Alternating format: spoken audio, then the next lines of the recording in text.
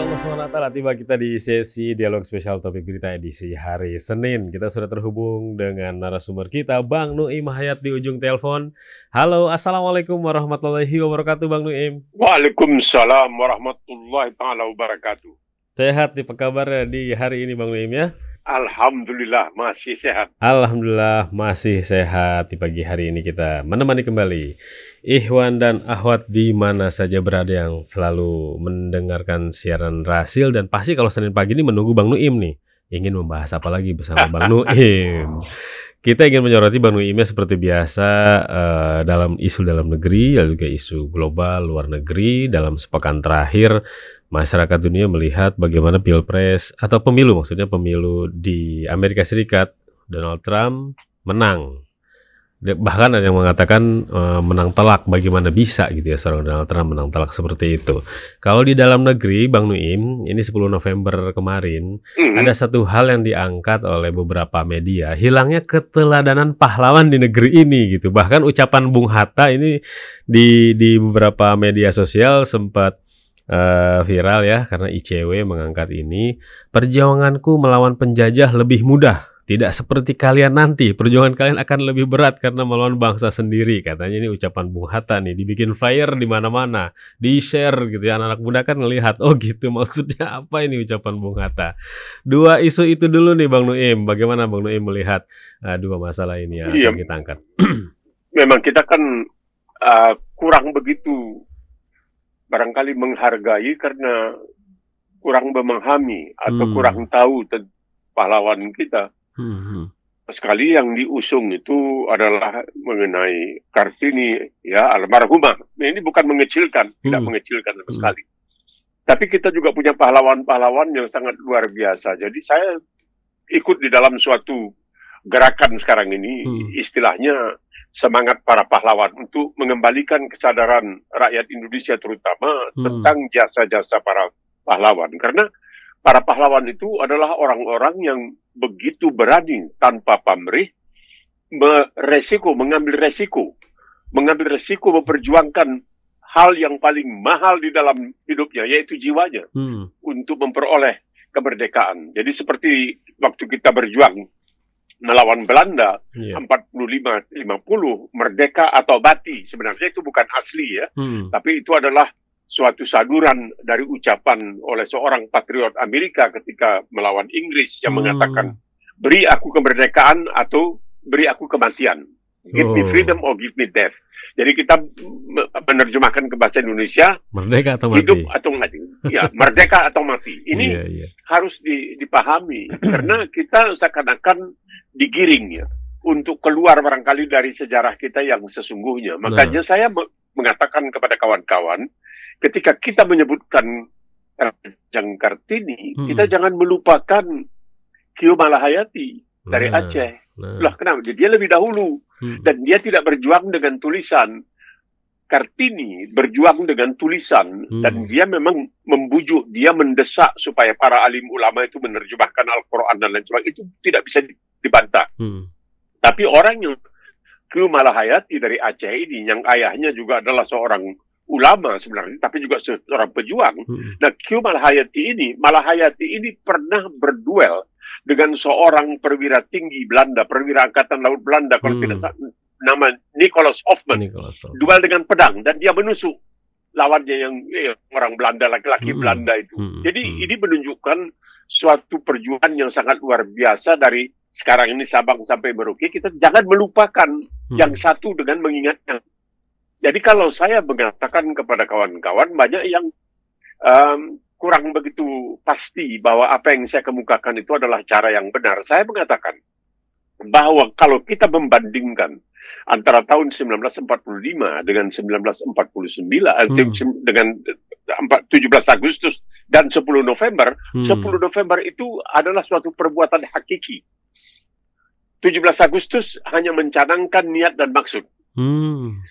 Tanggal 10 November itu perbuatan hakiki untuk mencapai niat dan maksud, yaitu perjuangan arek-arek Surabaya pada tanggal 10 November dipelopori oleh seseorang bernama, kita kenal sebagai Bung Tomo, Sutomo, Bung Tomo.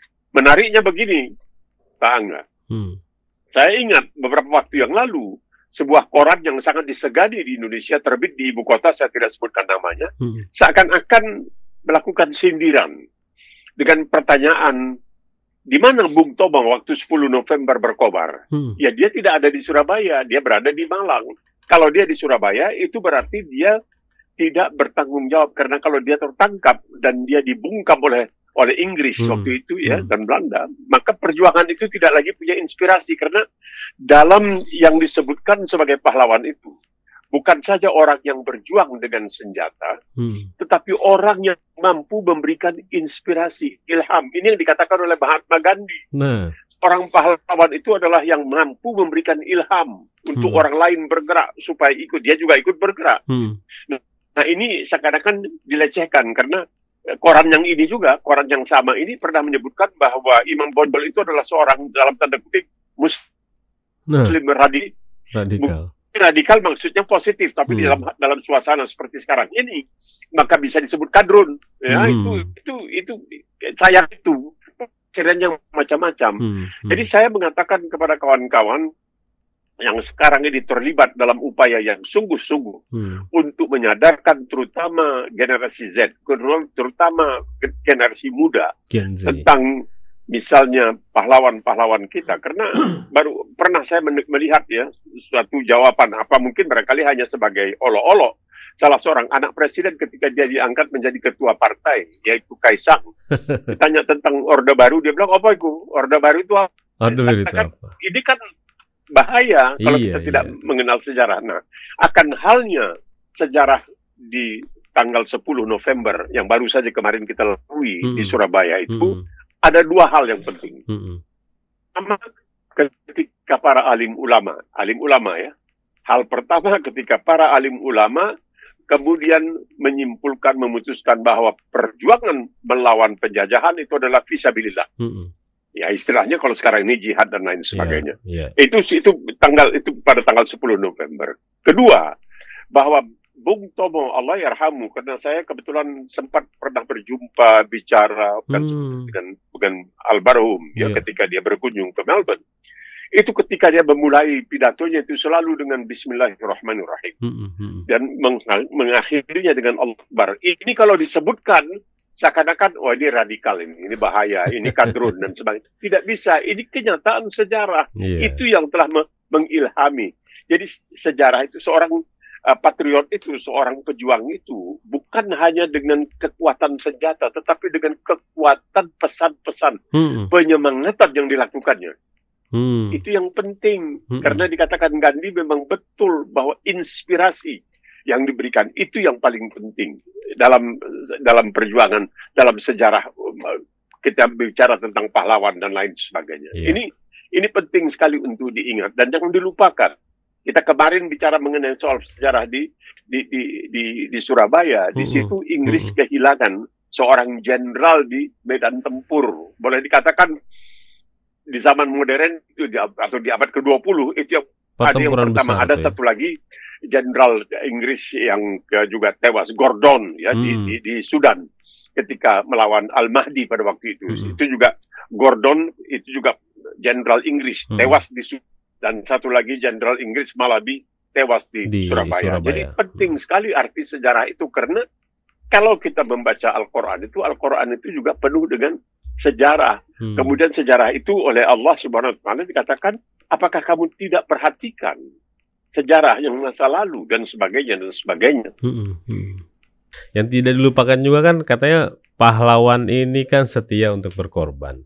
Ini kita ada kata setia di sini Bang Nuim. Kesetiaan pahlawan itu kan untuk negeri ini. Kita kalau bicara setia gitu ya, pejabat ini setia sama siapa sekarang? Pemimpin setianya dengan siapa sekarang gitu. Orang ini harus setia terhadap siapa gitu ya sekarang ini.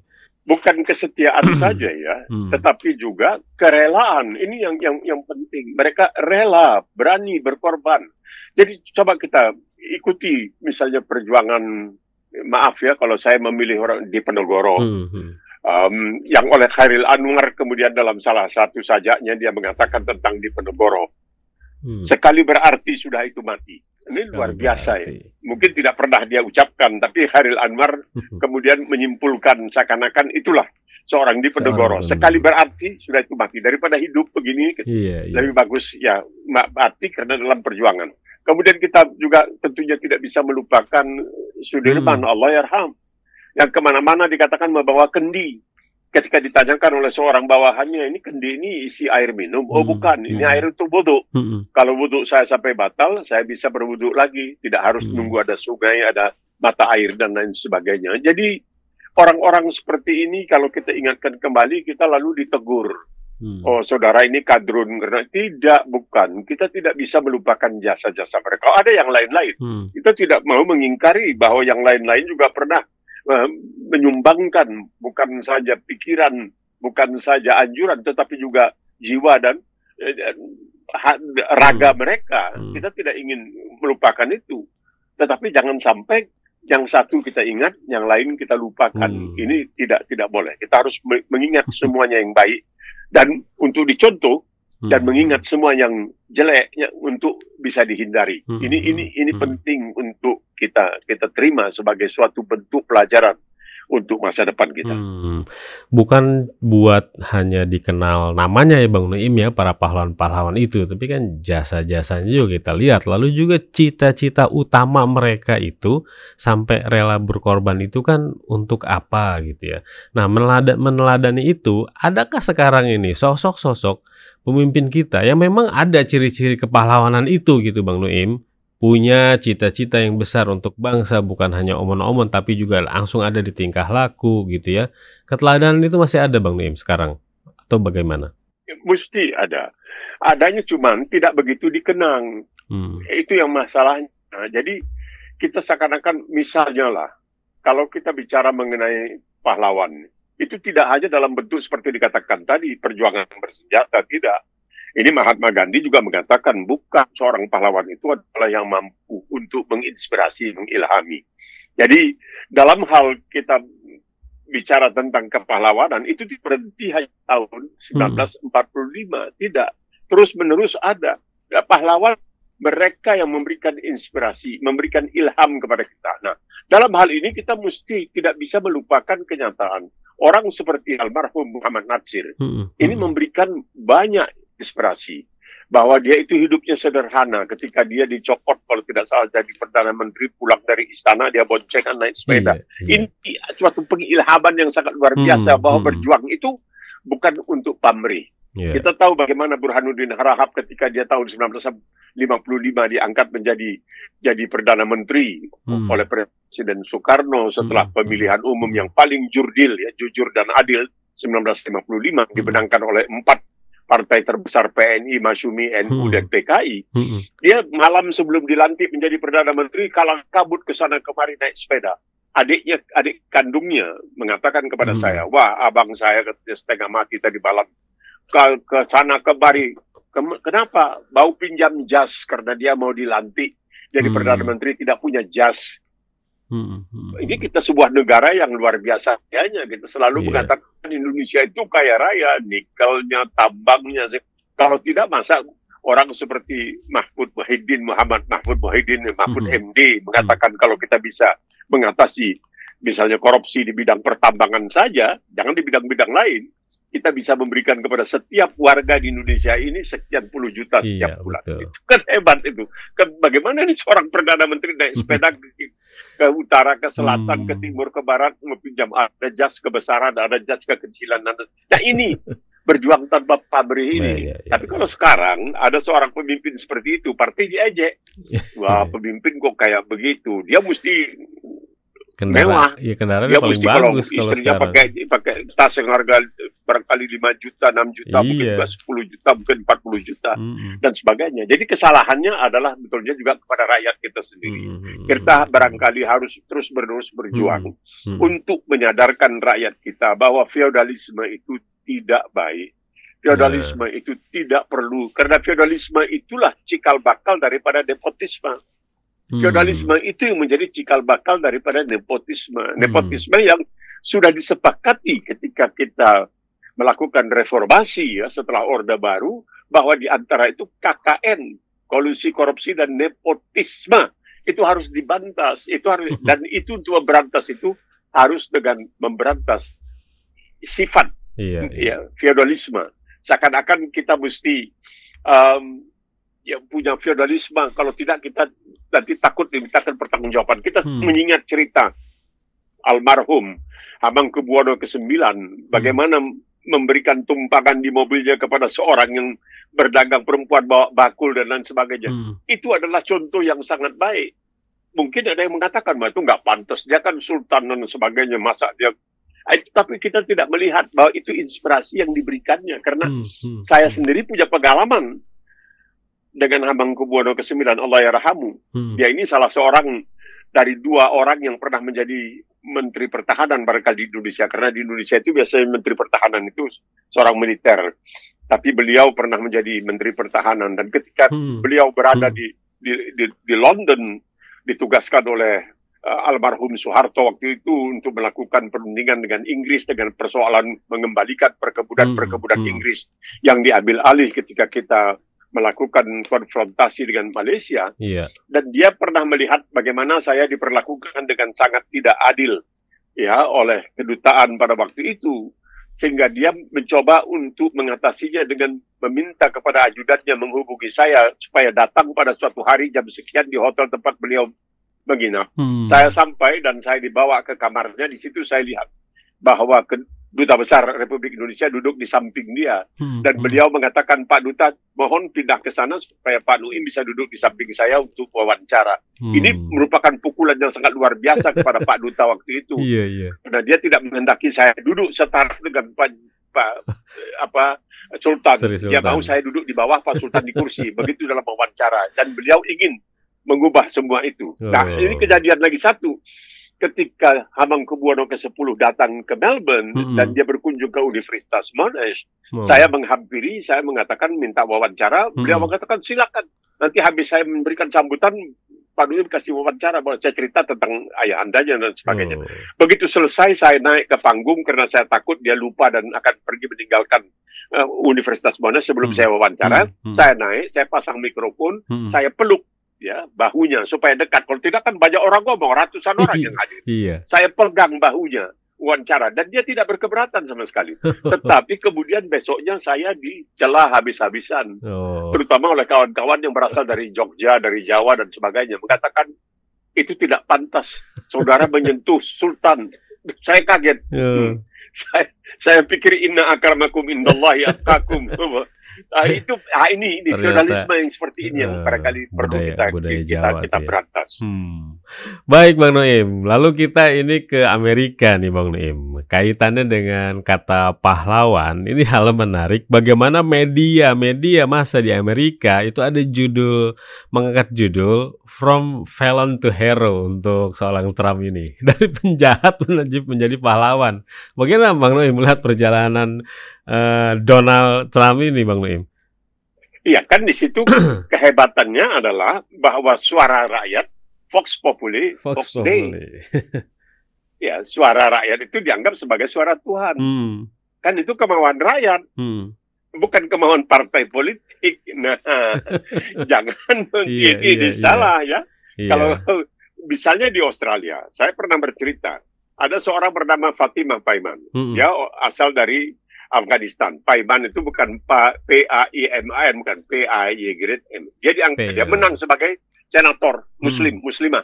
Dia pakai jilbab kalau masuk itu. Kemudian dia dalam persoalan Gaza, soal Palestina, dia tidak sejalan dengan partai buruh. Partai buruh. Dia menyeberang istilahnya, melawan partainya. Tapi partainya tidak bisa pecat dia. Tidak bisa pecat dia. Karena dia dipilih oleh rakyat. Karena kedaulatan itu berada di tangan rakyat. Jangan hanya dikatakan rakyat berdaulat begini itu, tapi yang menentukan partai. Tidak bisa di sini, di Australia, di Amerika tidak bisa. Yang berkuasa itu adalah rakyat. Jadi kalau kita melihat kenapa ada misalnya anggota-anggota Kongres di Amerika itu yang Muslim, seperti Ilham Taib yang dari Somalia, kemudian ada yang dari Pakistan. Tidak bisa karena dia dipilih oleh rakyat. Tidak bisa dibuat apa-apa. Jadi jangan hanya ngomong, bilang kedaulatan di tangan rakyat, tapi dalam kenyataan tidak. Jadi Trump ini juga karena Itu kemauan rakyat yang memilih dia. Kemauan rakyat Amerika. Kemauan rakyat yang menghendaki dia sebagai presiden. Suatu dengan mayoritas yang begitu besar. Jadi ini sebagai suatu pelajaran seharusnya. Bahwa lihatlah, bahwa betul-betul rakyat itu dianggap memang punya kedaulatan. Jangan diomongin saja, tapi yang berkuasa itu adalah partai. Kita tahu kan, setelah pemilihan yang lalu itu, ada yang sudah dipilih mundur, digantikan tanpa ada persetujuan dari rakyat yang memilihnya. Iya. Feodalisme kita. Feodalisme. Ada kekhawatiran apa nih Bang Nuim yang dihadapi oleh dunia, khususnya Indonesia, atau bahkan Australia sendiri melihat kemenangan Trump menjadi pimpinan baru di Amerika itu gimana Bang Nuim? Iya, kita memang agak ngeri-ngeri ya. Karena dia mau mengenakan tarif 60% terhadap impor dari Tiongkok. Bayangin, tarif 60% terhadap impor dari Tiongkok. Dan dia mengatakan bisa menyelesaikan masalah Gaza, masalah Palestina ini dalam 1 hari. Dan dia juga membuat ketar-ketir ketakutan ini Ukraina. Karena dia pernah memberikan kesan dia tidak suka itu uang Amerika habis-habisan. Karena kalau Pak Angga lihat itu di Amerika, ya saya saksikan sendiri dengan mata kepala saya sendiri. Bagaimana orang-orang yang hidup di pinggir jalan itu banyak sekali. Orang miskin di Amerika itu banyak sekali. Menariknya, dalam pemilihan presiden kali ini, banyak dibicarakan bahwa kekalahan dari Kamala Harris itu antara lain adalah karena perubahan sikap di kalangan para pemimpin Muslim. Terutama di daerah-daerah seperti di Michigan, di mana mayoritas itu banyak orang-orang beragama Islam dan sebagainya. Karena mereka tidak lagi suka dengan apa yang dilakukan oleh Kamala Harris yang begitu seakan-akan, ya terutama Biden sebenarnya.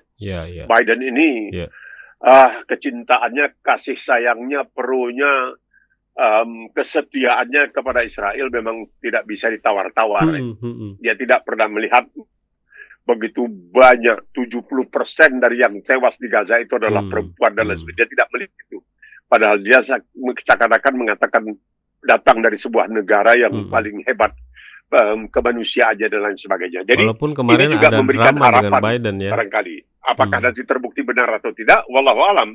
Jadi bagi sementara umat Islam di Amerika, lebih bagus yang kita tidak tahu pastinya kayak apa daripada yang kita tahu pastinya kayak apa. Pastinya kayak apa, dampaknya Kamala Harris akan meneruskan kebijakan-kebijakan yang dilakukan oleh Joe Biden. Sedangkan ini siapa tahu mungkin bisa berubah karena dia juga dekat dengan misalnya sudah 3 kali kabarnya Presiden Putin berbicara dengan Donald Trump sejak dia terpilih sebagai presiden. Ingin menjawab bagaimana gagalnya kepemimpinan Joe Biden terhadap warga Amerika, Trump sendiri terpilih menjadi presiden ini, pasti akan banyak kebijakan Amerika Serikat, akan banyak kebijakan baru ya. Ada mungkin ya kesalahan membaca barangkali apa yang telah terjadi selama 4 tahun belakangan ini dan kemungkinan apa yang terjadi di masa depan 4 tahun ke depan. Kita tidak tahu keadaan ini. Padahal banyak pengamat yang mengatakan sebenarnya memang Trump ini orang yang ya ugal-ugalan lah begitu mau dikatakan. Dia punya pandangan tersendiri begitu, terutama pandangan tentang dirinya karena dalam buku yang ditulis oleh salah seorang keponakannya yang kebetulan punya gelar S3 dalam bidang ilmu jiwa, ya, dia mengatakan dalam bukunya tentang pamannya, ini pamannya ini dari sejak kecil oleh orang tuanya itu tidak boleh diberikan kesan bahwa dia bisa melakukan kesalahan. Setiap ada kesalahan itu ditimpakan kepada orang lain. Jadi ini seperti, karena mungkin ini saya tidak tahu, mungkin karena saya mengetahui bahwa dia itu sebenarnya punya asal usul punya darah Jerman juga. Dan di Jerman dahulu, di zaman kekaisaran di Jerman itu kalau anak seorang kaisar, anak seorang raja atau anak seorang pangeran, kalau melakukan kesalahan itu tidak dihukum. Yang dihukum nanti ada orang kebanyakan gitu. Tapi sebenarnya yang bikin salah itu jadi begitu, seakan-akan seorang anak pangeran atau seorang anak raja tidak bisa berbuat kesalahan. Jadi ini yang barangkali pernah diturunkan ya kepada Trump. Jadi dia itu tidak pernah bisa merasa bersalah. Begitu banyak dia membawa dokumen-dokumen rahasia negara yang seharusnya dia serahkan kembali kepada negara, dia bawa ke rumahnya di Florida sana, Hmm. dia menganggap itu sebagai sesuatu yang tidak ada masalah, walaupun itu berlawanan dengan undang-undang. Emang unik gitu ya Bang Noim, ya kan dihadapi itu semua gitu ya. Langsung ke bagian penutup saja Bang Noim, karena sesi kita memang sudah habis. Baik. Ya biasanya suka dimintakan istilahnya pesan-pesan dan lain sebagainya ya. Pesan-pesan untuk generasi, saya bisa menyampaikan ya sedikit kita. tentang ini menarik sebenarnya. Apa yang ingin saya sampaikan, karena nampaknya banyak pertanyaan dan ini buka dicemooh ya oleh kawan-kawan kita dan lain sebagainya, terutama termasuk Muslim. Mereka bertanya, ini apa betul tuh ada surga, ada neraka? Itu yang ditanyakan lalu ditertawakan ya. Itu lalu ditertawakan dan sebagainya. Jadi saya berapa kali diminta ceramah karena keterbatasan saya sebagai seorang broadcaster, bukan sebagai seorang ustadz dan sebagainya. Saya lalu mengatakan, saya memikirkan bagaimana caranya untuk mengatakan bahwa memang di dalam Islam itu ada tentang jannah, yaitu surga, dan tentang jahanam, yaitu neraka. Tapi bagaimana mau membuktikan bahwa itu ada? Ini kan susah. Lalu saya mulai mencari-cari dan saya temukan satu kiat untuk itu. Begini, di dalam Al-Quran itu ada 75 ayat yang berkenaan dengan ilmu pengetahuan. Dan berangsur-angsur ayat-ayat ini tentang ilmu pengetahuan terbukti benar. Ayat-ayat yang diturunkan di abad ke-7. Jadi lebih dari 1400 tahun yang lalu, ketika belum ada obeng, belum ada tang, belum ada perkakas apa-apa mengenai ilmu pengetahuan, ternyata benar. Termasuk tentang kepergian ke antariksa, termasuk tentang asal kejadian bumi, bahwa bumi ini sekarang dikatakan oleh ilmu pengetahuan dahulunya sebagai asap. Al-Quran mengatakan dukhan. Dukhan itu kalau tidak salah dalam bahasa Arab artinya asap dan sekarang juga artinya rokok. Kemudian dikatakan bahwa sekarang ini planet itu jumlahnya puluhan miliar. Kok bisa begitu banyak? Lalu Al-Quran mengatakan bahwa memang kami telah menjadikan walamusyaun wasama badena nabi aidihim wa inna lamusyaun, dan kami memperbanyaknya itu. Kemudian bicara misalnya tentang soal laut, kok bisa berdampingan air tawar dengan air asin. Itu ada bukan hanya di lautan Mediterania, tetapi sebenarnya lebih nyata ada di lautan Atlantik. Ya, itu 320 km dari muara sungai Amazon. Kalau kita naik perahu, kiri kanan itu airnya beda. Di laut itu airnya beda, tapi Allah SWT mengatakan dalam Al-Furqan 25:53, tidak boleh mereka saling mengganggu. Jadi itu kenyataan. Kemudian Allah SWT di dalam surah Al-Fatir bicara mengenai Gunung Pelangi. Itu juga ada, tempatnya di Jiangsu, di Cina. Jadi kalau yang dikatakan Al-Quran tentang hal-hal yang bisa kita lihat kasat mata, memang ada, memang benar, apakah mungkin yang sesuatu yang belum bisa kita lihat yaitu surga dan neraka tidak ada? Rasanya nggak bisa. Kalau kita mempergunakan, karena Al-Quran itu menantang kita. Afala yatadabbaruna Al-Quran. Apakah mereka tidak mendalami Al-Quran? Kalau sekiranya Al-Quran itu bukan dari sisi Allah, tentulah mereka dapat banyak pertentangan di dalamnya. Tapi seperti dikatakan oleh Profesor Dr. Gary Miller, yang kemudian menjadi Muslim, dia berasal dari Kanada. Dia mengatakan tantangan ini belum pernah ada yang mampu untuk membantahnya. Jadi kalau ini semua benar, misalnya kenapa disebutkan besi itu bukan diciptakan khalaqna atau ja'alna, tapi anzalna, dan kami turunkan. Ternyata memang besi itu turun dari langit dan dari planet-planet sekitar matahari. Sudah dibuktikan antara lain oleh profesor dari Universitas Bristol di Inggris. Jadi semua ini benar. Itu kasat mata memang benar. Kenapa yang tentang akhirat, tentang jahanam dan jannah, tentang neraka dan surga tidak ada? Ya begitulah pesan yang bisa saya sampaikan. Baik, yakini hari akhir gitu ya Bang Naim ya. Iya, ada. Jadi ada. Kalau yang lain itu semua ada, karena dia sebutkan kenapa misalnya Allah SWT mengatakan kami ciptakan angin untuk mengawinkan tumbuh-tumbuhan. Itu diturunkan di abad ke-7. Tapi kemudian di abad ke-17 seorang ahli botani dari Jerman menemukan benar tumbuh-tumbuhan itu rupanya ada jenis kelaminnya. Ada yang dalam satu tumbuh-tumbuhan itu jantan betinanya ke satu tumbuh-tumbuhan, ada yang jenis lain jantan betinanya berbeda-beda karena mereka tidak bisa bergerak untuk mendatangi satu dan lainnya. Maka Tuhan mengirimkan angin untuk mengawinkan antara dua tumbuh-tumbuhan ini. Itu disebutkan di dalam Al-Quran. Bagaimana kalau itu benar? Apakah tidak mungkin apa yang disebutkan Allah SWT tentang surga dan neraka itu juga benar? Betul. Afala ta'qilun ya. Kita pikirkan ini Bang Nuim. Terima kasih Bang Nuim dialognya di pagi hari ini.